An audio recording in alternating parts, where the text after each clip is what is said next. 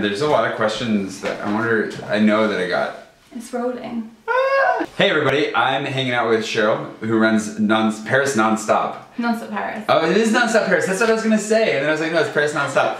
Hey guys, I'm here with Cheryl, and she runs Nonstop Paris, which is a blog, and she also has a fantastic YouTube channel where she vlogs and also does videos, especially for expats. So I know I have a lot of expats and people who want to come to Paris watching. You should definitely check out her videos. I will link below. They're really fun and very informative. I feel like after our conversations about people asking you terrible questions. That's just what it's like to be a woman though in this day and age, unfortunately. Yeah, I would just open a can of worms with that. So anyways, she's amazing. You should check out her videos below. And she's the question curator today. So a lot of you asked questions. We're hoping to actually find them all. I only saved a couple of them, and then more came through different avenues, and I don't even know where they all are, so we're gonna do our best to find them. But she gets to decide what questions are interesting enough to answer today and which are not. What are your qualifications for this job, by the way? I'm British. That's a good enough qualification. I don't know, we'll be looking for opinionated, interesting, but at the same time, questions that most people won't be asking you. Okay. So, some generic ones in there as well. Perfect. Okay, so... Oh, that's me! Oh, that one is you. Should we go for this one? Okay, so a guy called Aidan Clark said on one of your videos, it must be the first time that you ate jam on white bread in a year. How was it? So this was in your video where you went to Wales and you ate like Wonder bread. I did. For the first time in ages, which coming from Paris must have been an experience. It was a good jam conveyor. It got the jam in my face and the jam was really tasty. Yeah, it was not good. It's not good bread. France has the best bread in the world by far. You can't get any better than French bread. So what arrondissement do you live in? I live in the... Tell us about it. I live in the 16th, which is actually just next door to her neighborhood. She lives in the 15th. Just give them my address, why don't you? Oh yeah, I said that. So I live in the 16th. Her address is... It's boring. It's very well known. It's within the city, at least, as being like where all the old and wealthy people live. Or nobody lives. Like there's a lot of empty apartments. So either when you tell people you live in the 16th, they immediately think little old ladies with their dogs, their tiny little dogs, or wealthy people that don't actually spend any time in the neighborhood because they're always traveling and doing other things. I fit into neither category. So why that? Because I've got a great setup with my apartment. I'm living with basically a friend's mom in her maid's chambers, which are like a tiny little room that were servants' quarters back in the day. And she's like my adopted grandma. She's really amazing. So grandma, I know you're watching this. Don't worry, she doesn't preempt you being my grandma. But she is my grandma landlady. Aww. Yeah, she's great. So I've got another question, which is about your visa requirements. So they say, it's Alex Lerno, they say, is there a video about your visa requirements and other technicalities like that which someone can point me to, or is it possible to go into more depth about what you had to do legally to move to France and apply for a visa? That's a heavy question. That is a lot of question. Yes, I actually linked to one of Jen's videos in my response there. Jen, who you saw briefly in a video last week. Yeah, the visa requirements are different for every visa. If you want to come to France, you need to go to if you're an American, it might be different if you're in another country. You need to go to your consulate or your embassy's website, look at the visas that are available, click through there, and then see what they ask for. Make sure to have everything they ask for probably in triplicate. Even if they ask just for duplicate, have it in triplicate because they may only ask for one, they may ask for three. Basically propose a project, prove that I could complete it, that I had the reputation in the industry, all that kind of stuff. And in doing so, I got no feedback, so I have no idea what they actually thought of it or what they actually wanted or what I'm supposed to do about it. So my response is not the most helpful, but that's what I did at least, and now I have it, at least for 3 more months. And then we'll see what happens after that. Touch wood. Yeah, exactly. Okay, so the next question is from Matthew van der Leest. Is he Dutch? He says, would you share how you do your vlog, camera, setup, editor, etc.? How I do my vlog? So the easy ones are the camera, editor, and setup, whatever. The camera I use predominantly is my phone. I predominantly use, it's a Samsung Galaxy S7. That has done amazingly well until the last couple of weeks. It's starting to fall apart a little bit with the heat and the excessive amount of use. Because I film 5 to 15 gigs a day, depending, which is not, it's just a lot, especially for a phone because it's compressed a lot more than like a Canon is. I'm thinking about going back to real glass at some point. That's really good look. I like that. I edit on Adobe Premiere. That's all I've ever edited on ever since high school. Adobe what? Premiere. Adobe Premiere. Adobe Premiere. Premiere. Adobe Premiere. I should do the rest of this with an English accent, I suppose. So I edit on Premiere, and then I, of course, I shoot with this. I use all the time. The most useful tool that I have is this. It's a tiny little cell phone tripod, Adobe GorillaPod, and it's enough to hold pretty much any cell phone. Oh, fabulous. The danger is, of course, that it ends up spitting things out from time to time, and so you end up losing your phone over an edge of something. I've lost it over a number of things. So, but that's another really important piece of video equipment. Two things: you've got to have a battery backup, and you also have to have a case that can handle being dropped all the time. In this case, I drop this all the time. That's enough of that. And so then how I do my vlog is I film throughout the day and then I edit every night. Which you can go back, you can actually see live edits. I've edited live on YouTube if you're really that interested. There are people that have watched the entire thing a few times. And I'll do another live edit here soon, but the editing process, honestly the edit is where the magic happens. It doesn't matter what camera you have, it doesn't matter what gear you have. All that matters is how you edit, right? You can take National Geographic level footage all day long, but if you don't know how to put it together, it's gonna bore people to death. That's very, I've not even thought of it that way before. But yeah, you edit very interestingly, like a pro. How did you learn how to do that?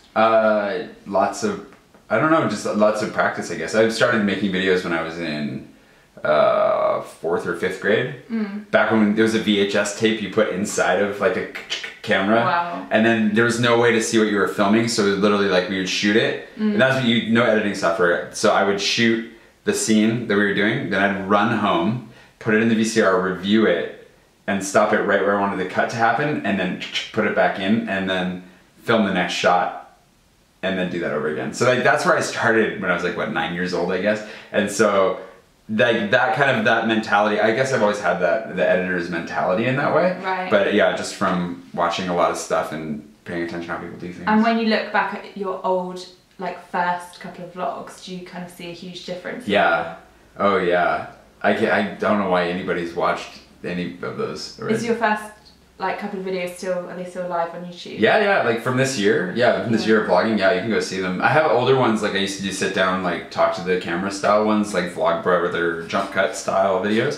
I definitely was super inspired by Casey Neistat when he came out with his stuff. Full credit to Casey for inspiring the world, basically. And I started out very intentionally just saying I'm gonna steal everything I can from Casey, take his format, and then repurpose it into my own. And then over the course of a few months, you see my style kind of start to grow out of it. And I think now I have a very distinct style that's not Casey at all. So, but good artists borrow, great artists steal.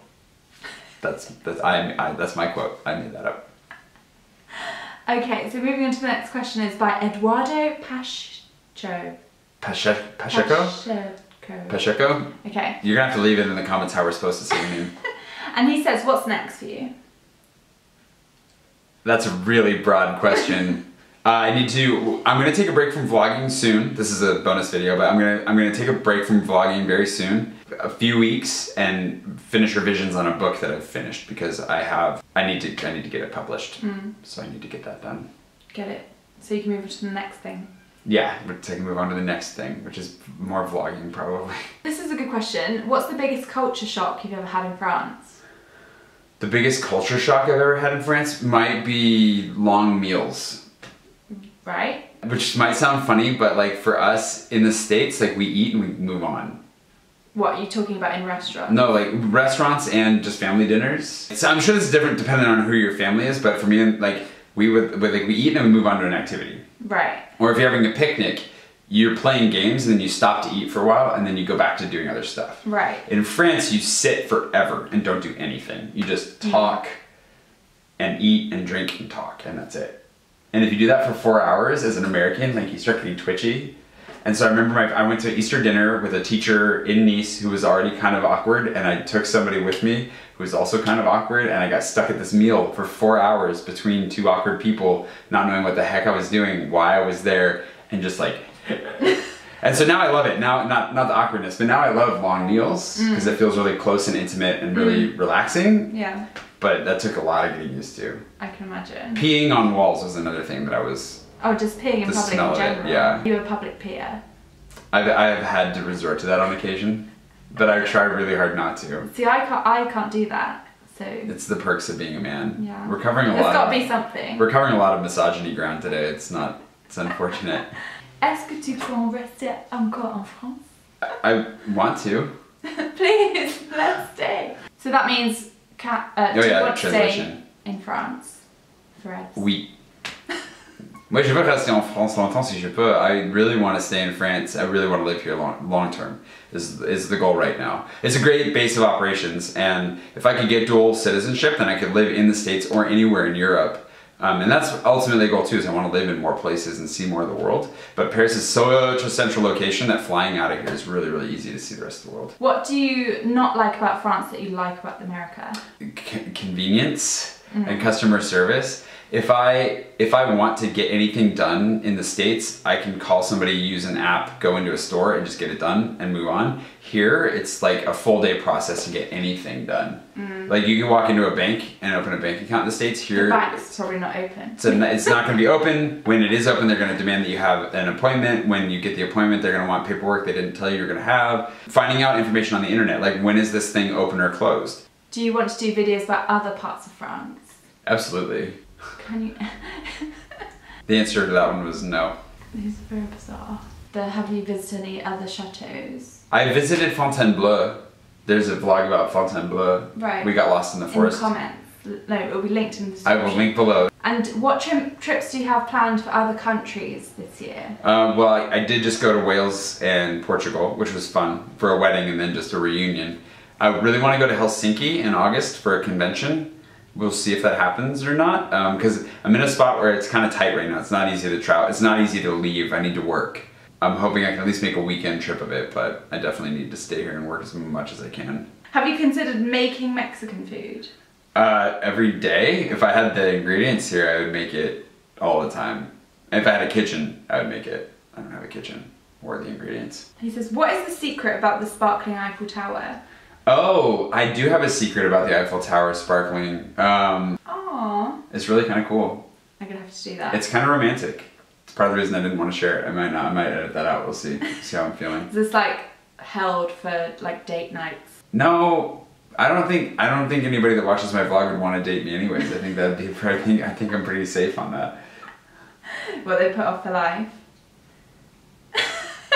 Leave down in the comments below what you think. How many baguettes do you eat in a day? Ideally, no more than one. Sometimes more than one. That's reasonable. Yeah. I have like a demi-baguette for breakfast way too often. It's 50 cents for half a baguette. Cheapest breakfast you'll find. Is this guy quite strange? You're not living like Paris high life? No. No, I am not. So we're not going to go to the Playa de Tokyo after this for like a carpaccio? Oh, why wouldn't we? Yeah, I did eat there once actually. Yeah, I have nice. Yeah, it is nice. I had chicken and rice. It's like a teriyaki chicken and rice. Okay.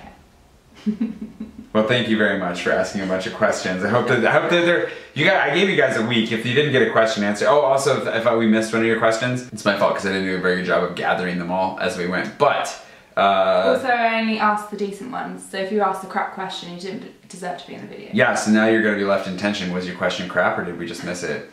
It's scary. It's terrifying. So anyways, thanks Cheryl for doing this. I feel like I didn't really do anything, but it was awesome. No, it was fun. Check out Cheryl's videos. I'll link to them below again. Like I said, if you enjoyed this, do like it and make sure to subscribe. Yeah, we'll be taking a break from the vlog here soon, but feel free to pour on the questions. Or things you'd like to see more of. I think for me, my question for you as a viewer would be, what does you want to see more of in the vlog specifically? Like, what is it that you're hoping for? Because I'm pretty well committed to doing a second season. So what do you want to see? And what are you most interested in? And what can you not do without? Hopefully your answer is me.